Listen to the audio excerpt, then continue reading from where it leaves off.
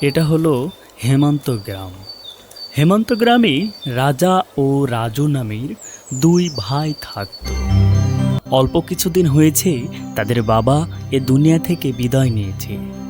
এখন তাদের সময় এসেছে তাদের সম্পত্তি ও ঘর ভাগ করে নেওয়ার। ভাই, আমাকে ডেকেছ? হরে ভাই, তোর সাথে অনেক কথা আছে। কি বলবে ভাই? শোন, বাবা তো মরে গিয়েছে দেখতে দেখতে বেশ কিছুদিন হয়ে গেল। তাই আমি ভাবছি, এখন আমার সংসার আছে, তোরও সংসার আছে, এভাবে তো আর চলা যায় না। তাই তুই তোর মতো করে চল, আর আমি আমার মতো করে চলবো। আপনি আমার বড় ভাই, বাবার মতো আমি আপনাকে সম্মান করি। আপনি যা চান তাই হবে।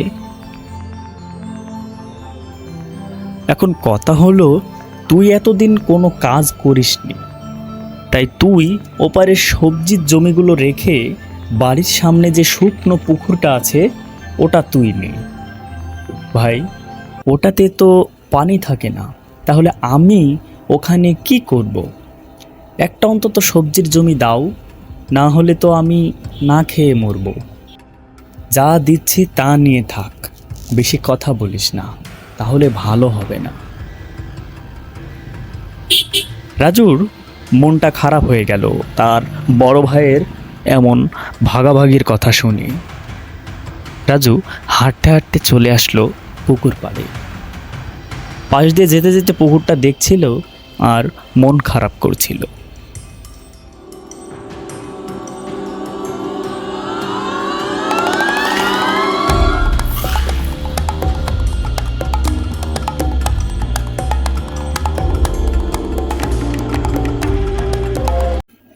কি হলো? এখানে এসে বসলে? মনটা তো খারাপ লাগছে। কি হয়েছে? সে কথা আর শোনো না, বড় ভাই ডেকেছিল। এখন আমাদের সম্পত্তিগুলো ভাগাভাগি করার সময়, আর ভাই আমাকে সম্পত্তি ভাগ করার জন্যই ডেকেছিল। আমি এতদিন কোনো কাজকাম করিনি বলে ভাই আমাকে একটু সহজ সবজির জমি দেয়নি। আমার সাথে বড় অন্যায় করলো। আমাকে শুধু বাড়ির সামনে শুকনো খাল আর ওই পুকুরটা দিয়েছে, যেটাতে কোনো কিছুই হয় না। ওখানে পানি থাকে না, মাছ চাষ হয় না। এখন আমি কি করব? কিছুই আমার মাথায় আসছে না। অনেক চিন্তা হচ্ছে আমার। তাহলে তুমি কি করবে? আকাশে অনেক মেঘ, মনে হয় বৃষ্টি নামবে। আর এখন তো বর্ষাকাল, আমরা চলবো কি করে? বৃষ্টি, পানি, বর্ষাকাল, ও দারুণ হবে।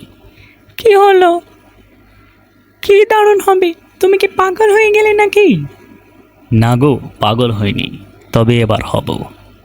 কেন কেন? কি হয়েছে? বলো আমাকে শুনি। শোনো, সামনে তো বর্ষাকাল, পানি হবে সব সময়। আর আমাকে ওই শুকনো পুকুরটা দিয়েছে, যেখানে পানি থাকে না। আর এই বর্ষার সময় যা পানি হয় তাতে 6 মাস পর্যন্ত পানি থাকবে। আর আমরা এই 6 মাসে ওখানে রঙিন মাছ চাষ করব, যার বাজারে অনেক দাম। তাতে যা লাভ হবে বাকি 6 মাস ঠিকমতো সংসার চলে যাবে। বাবা, এটা তো ভালো বুদ্ধি। আল্লাহ যদি চান তাহলে অনেক টাকা হবে।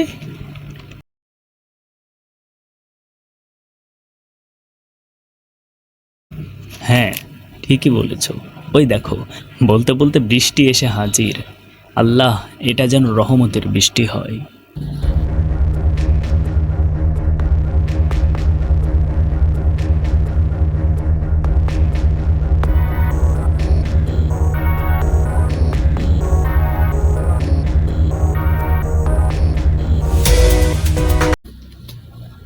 বাহ, সারা রাত অনেক বৃষ্টি হয়েছে, চারিদিকটা যেন সব ডুবে গিয়েছে। সবজির জমি থেকে শুরু করে পুকুরও ডুবে গিয়েছে। মাঠের খালটার তো এই অবস্থা, বাড়িতেও অনেক পানি হয়ে গিয়েছে।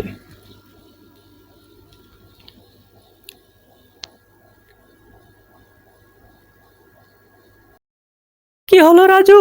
এখানে দাঁড়িয়ে দাঁড়িয়ে কি দেখছো? চারিদিকটা পানি দেখছো? শুনলাম তোমাদের নাকি জমি জায়গা সব ভাগাভাগি হয়ে গেছে। তো তুমি কোন কোন জমিগুলো পেলে? তোমাকে নাকি পুকুরটা দিয়েছে। হ্যাঁ ভাই, আমাকে শুধু পুকুরটা দিয়েছে। বড় ভাই আমার সবজির জমিগুলো দখল করে নিয়েছে। আমি চিন্তায় আছি যে ওই পুকুরটায় আমি কি করব। আপনার কাছে কি কোনো মাছের দোকানের খোঁজ আছে? আমি পুকুরটাই রঙিন মাছ চাষ করতে চাই। আমি বাকি 6 মাস বর্ষার সময় মাছ চাষ করব। হ্যাঁ, শহরে আমার একটা পরিচিত দোকান আছে, ওই মহিমের দোকান। ওই মহিমের দোকানে গিয়ে তুমি মাছ আনতে পারো। ওখানে অনেক দেশি বিদেশি মাছ পাওয়া যায়। তোমাকে একটু খাটনি করে যেতে হবে।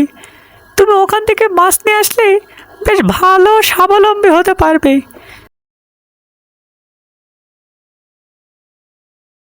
পরদিন রাজু শহর থেকে সেই মাছ কিনে আনে। একটা বড় ডাঙ্গে করে রঙিন মাছ, সব রকম বিদেশি মাছ নিয়ে এসে পুকুরের সামনে হাজির। সে মাছগুলো পুকুরে ছেড়ে দিল।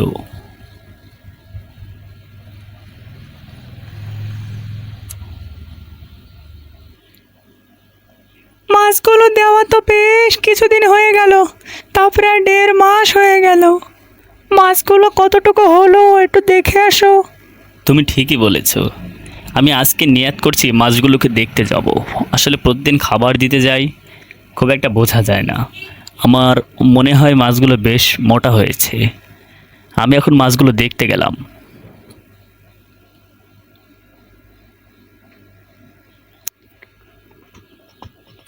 তারপর রাজু বাড়ি থেকে বের হয়ে গেল পুকুরের উদ্দেশ্যে, তার মাছগুলো দেখার জন্য। পুকুরের পাড়ে এসে দেখে রঙিন রঙিন মাছগুলো খেলা করে বেড়াচ্ছে। মাছগুলোর বেশ সাইজ হয়েছে। রাজু মাছগুলো দেখে অবাক। 1 মাসের ভিতরে এত বড় বড় হয়েছে। রাজু তো অনেক খুশি।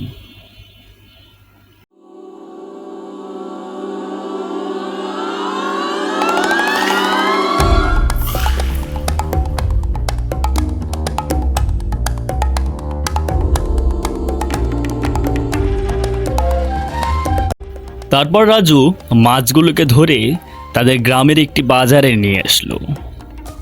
সুন্দর করে জেলের সাজে সেজে রাজু রঙিন মাছগুলো হাটে বিক্রি করার জন্য এসেছে। কারণ তার এই মাছগুলো ছিল সব থেকে আনকমন। অনেক খরিদ্দার এসে দেখতে লাগছিল রাজুর মাছ। সবাই রাজুর মাছগুলো বেশ অবাক হয়ে দেখছিল, কারণ এমন মাছ তারা এর আগে কখনো দেখেনি। আরে ভাই, তোমার এই মাছগুলোর কেজি কত? এমন মাছ আমি তো আমার বাবের জন্মে দেখিনি। একদম অনেক রকম মজার মজার কালার। আমার এই মাছ 2000 টাকা কেজি। এটা হচ্ছে বিদেশি রঙিন মাছ। আপনি যদি নিতে চান নিতে পারেন। এই মাছগুলো দেখতেও যেমন সুন্দর, খেতেও ঠিক তেমনই সুন্দর। আচ্ছা ঠিক আছে, আমরা তো এই মাছ আগে কখনো দেখিনি। তুমি এক কাজ করো, তুমি এই মাছ আমাকে 1 পিস দাও। দেখি, লাল দেখে 1 পিস দাও, খেয়ে দেখি তোমার মাছের স্বাদ কেমন। আরে কালু, আরে কালু, 1 ব্যাগ বাজার করেছো, আর ওটা কি লাল রঙের মাছ মনে হচ্ছে? এমন মাছ তুমি কোথায় পেলে? বেশ সুন্দর তো দেখতে। আরে তুমি জানো না, তোমার ছোট ভাই রাজুর কাছ থেকে তো নিয়ে আসলাম।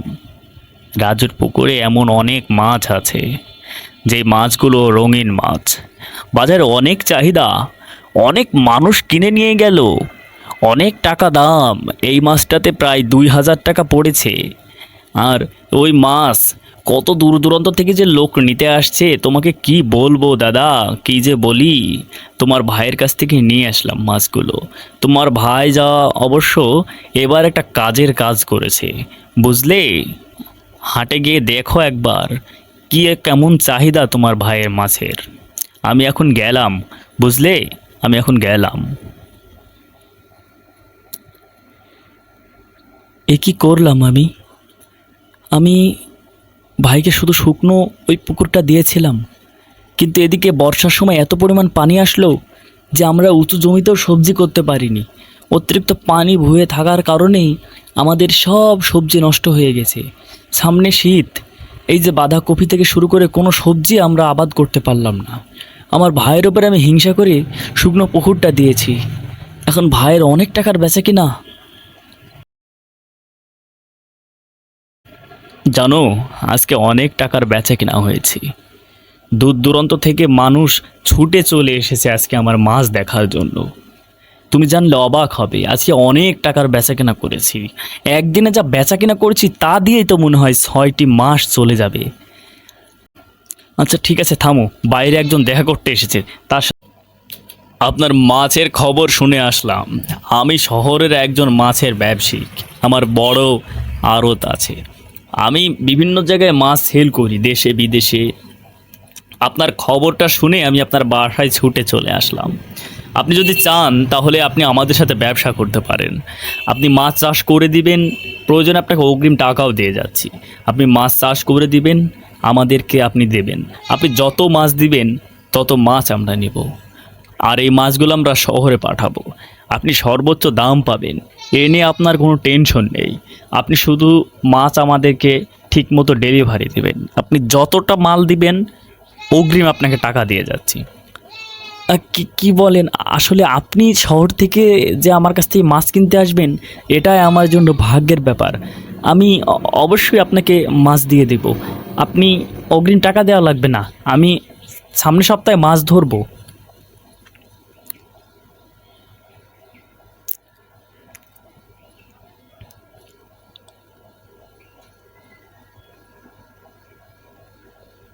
ভাই, আমাকে ক্ষমা করে দে ভাই। আমি তোকে হিংসে করে ওই শুকনো পুকুরটা দিয়েছিলাম। আমি সবজির জমিটা নিয়েছিলাম যে আবাদ করে অনেক টাকা ইনকাম করব। কিন্তু দুঃখের বিষয় ভাই, এখন এমন বৃষ্টি হলো এবছর, একটাও সবজি আবাদ হয়নি। সব সবজি নষ্ট হয়ে গিয়েছে। আমার ভুল হয়ে গেছে ভাই, তুই আমাকে ক্ষমা করে দে। তুই যদি একটু সুযোগ দিস তোর সাথে একটু মাছের ব্যবসা। আরে তুমি আমার বড় ভাই, কি যে বলো, আমার কাছে কেন ক্ষমা চাইবে? আর ভুল তো হতেই পারে। আজ থেকে তুমি আর আমি একসাথে মাছের ব্যবসা করব, একসাথেই সব কিছু করব। আমরা আবার আগের মতন হয়ে যাই। তারপর রাজা আর রাজু দুইজন মিলে এক হয়ে গেল। তারা আবার আগের মতো একসাথে মাছের ব্যবসা শুরু করলো। দেশে বিদেশে তাদের মাছ পাঠাতে লাগলো।